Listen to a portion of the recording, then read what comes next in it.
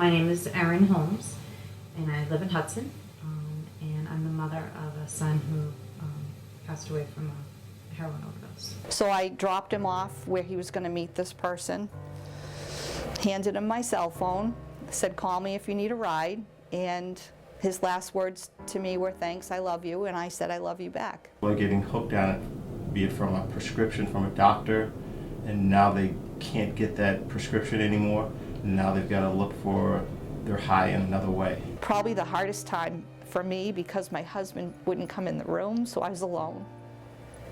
And I didn't want to leave him because he was still my son. So that's what the Learn to Cope is going to do, is it's going to allow these parents to open up in such a, an area where we all have the same child. They just have a different name. Beginning of the year till now, there's 17 possible overdoses that we have responded to. And I think it's time to pull our heads out of the sand. I think our children deserve our full attention to this. And I think it's just one of the most important things. It's killing our kids. So we need to address it. There has to be a different way, because we're not going to lock everybody out with drugs and say, okay, we solved the issue. Because the more we lock up, there's going to be somebody right there to fill that void.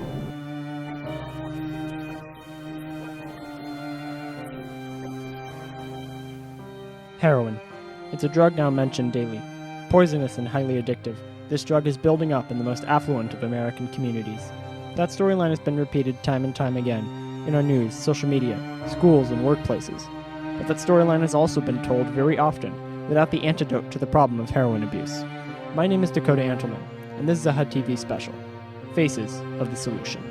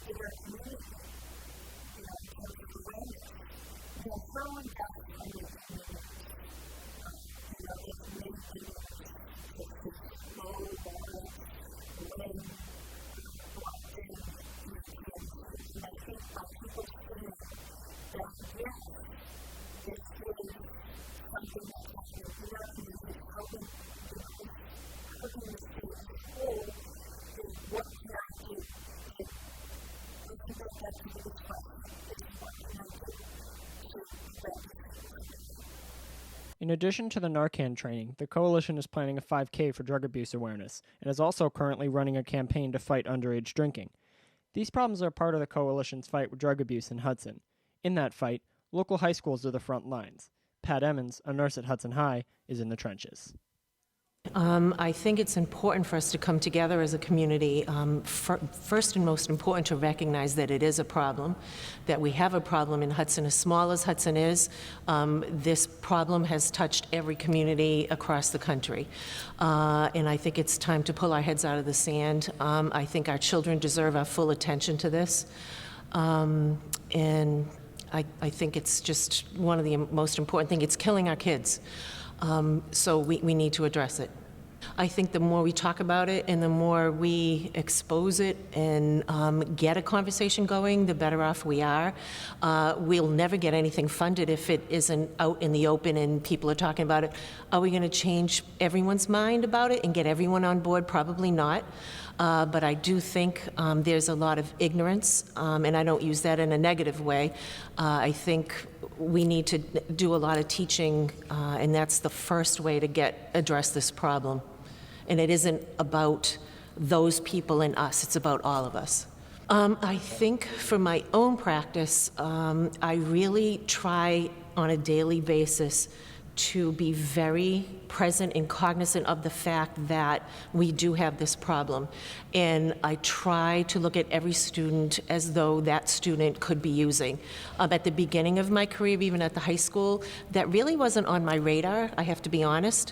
But now I've made the decision to keep in mind whenever I see a student cross the threshold, that that student could be using. I know that's a very warped way to think, but unfortunately, in my position, I have to do that so I won't miss somebody. I grew up in town. I really didn't think that this could be happening in my sweet little town, and I've learned that it does happen. I've learned from direct experience. I had a student who is now deceased because of this problem.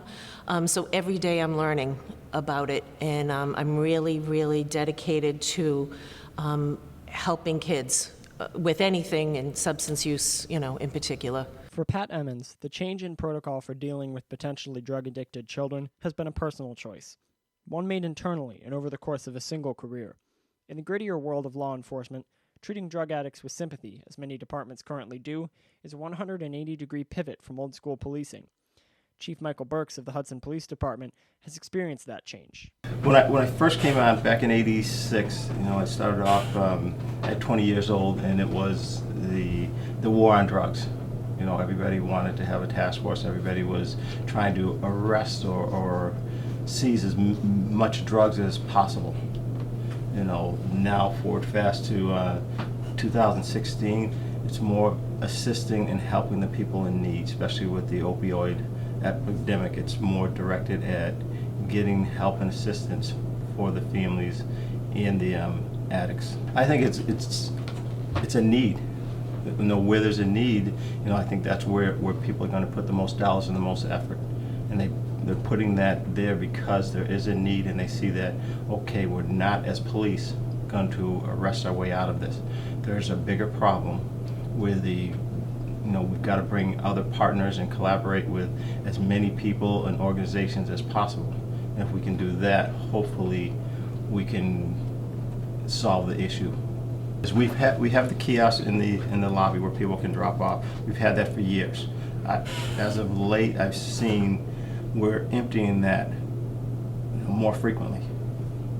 So with that, I'm hoping that people are getting the message that yes, get rid of the pills. If you don't need them, don't leave them around your house, because your kids, your grandkids, or even the man fixing the tiling in your tub can be pocketing some of your pills, and there's no need for them there. If you don't need them, get rid of them. As a police department, we're on a 3-tiered response. So that means when a medical comes in, the fire department, the police, and the ambulance are all dispatched. Sometimes we might be there first. So instead of just doing the rescue breathing or positioning the person so they can breathe properly and waiting for the ambulance or the fire to come with the Narcan, now my officers are on scene with that Narcan ahead of time, and so if they're the first ones there, they're going to administer it. Hearing from the guys, on the street that yes, I was there first. They were doing what they had to do with the rescue breathing and positioning the person, but just that other, tool that they could use to assist in saving that life, would have been nice to have there. So, working with the unions, when I developed the policy for the Narcan, they were, well on board with it and had no issues with the union body and the officers.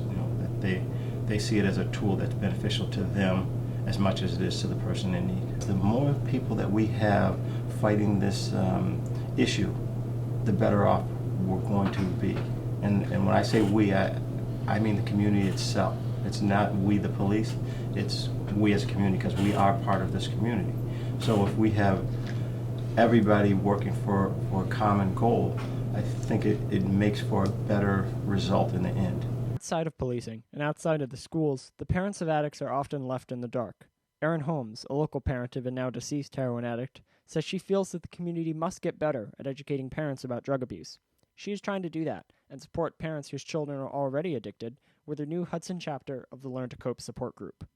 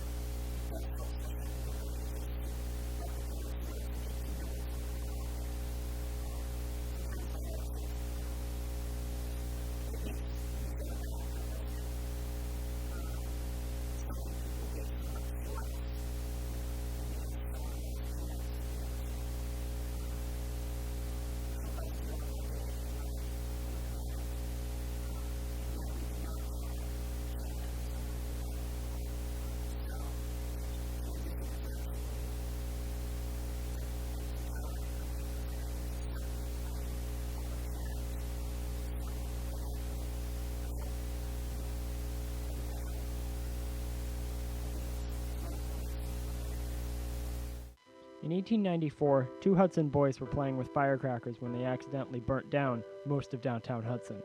More than 120 years later, Hudson is playing with fire again. That fire is heroin.